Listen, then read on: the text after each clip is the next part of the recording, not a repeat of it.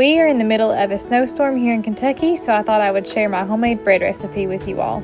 You're going to take 1 1/2 tablespoons of active dry yeast, half a cup of warm water, and then half a teaspoon of granulated sugar.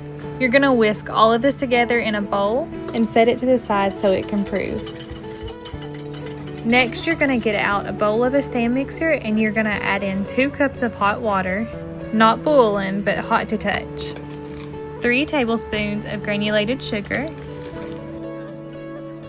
Then we're going to do 1 tablespoon of salt, and then half a cup of vegetable oil. We are going to go ahead and turn on our mixer with the whisking part and let that blend just for a few seconds. After I have all of that mixed up, I go ahead and put on my dough hook and add 2 cups of all-purpose flour. Once you've added your flour, you're going to turn your mixer back on low speed, and I let it run just until it's kind of well blended, and then I go ahead and add another cup of flour. Turn your mixer back on and let it mix. Once it's combined, you're going to add in your yeast mixture. You'll know if your yeast mixture is proofed by how bubbly it is. After you've mixed in your yeast mixture, we are going to add 2 to 3 more cups of flour. I add in 1 cup at a time and turn my mixer on low and just let it mix. Your dough will be sticky. We are going to move that bowl off of the mixer and cover it with a dish towel in a warm place. Let it rise for about an hour until it's at least doubled in size.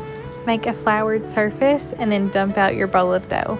I divide mine up into 3 pieces to make 3 separate loaves.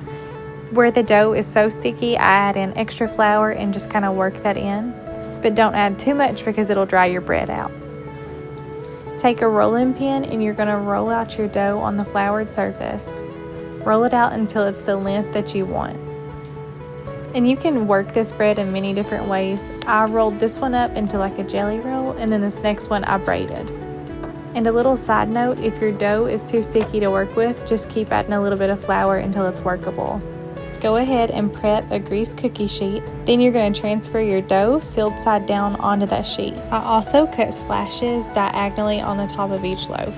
Then you're going to cover it with a dish towel and let it rise for 30 more minutes. Preheat your oven to 400 degrees. Then brush your dough with some egg white. You're going to place it in the oven and let it cook for 25 minutes. And then you're going to have beautiful bread. This bread is perfect for any meal from breakfast, lunch to dinner. I hope you enjoy.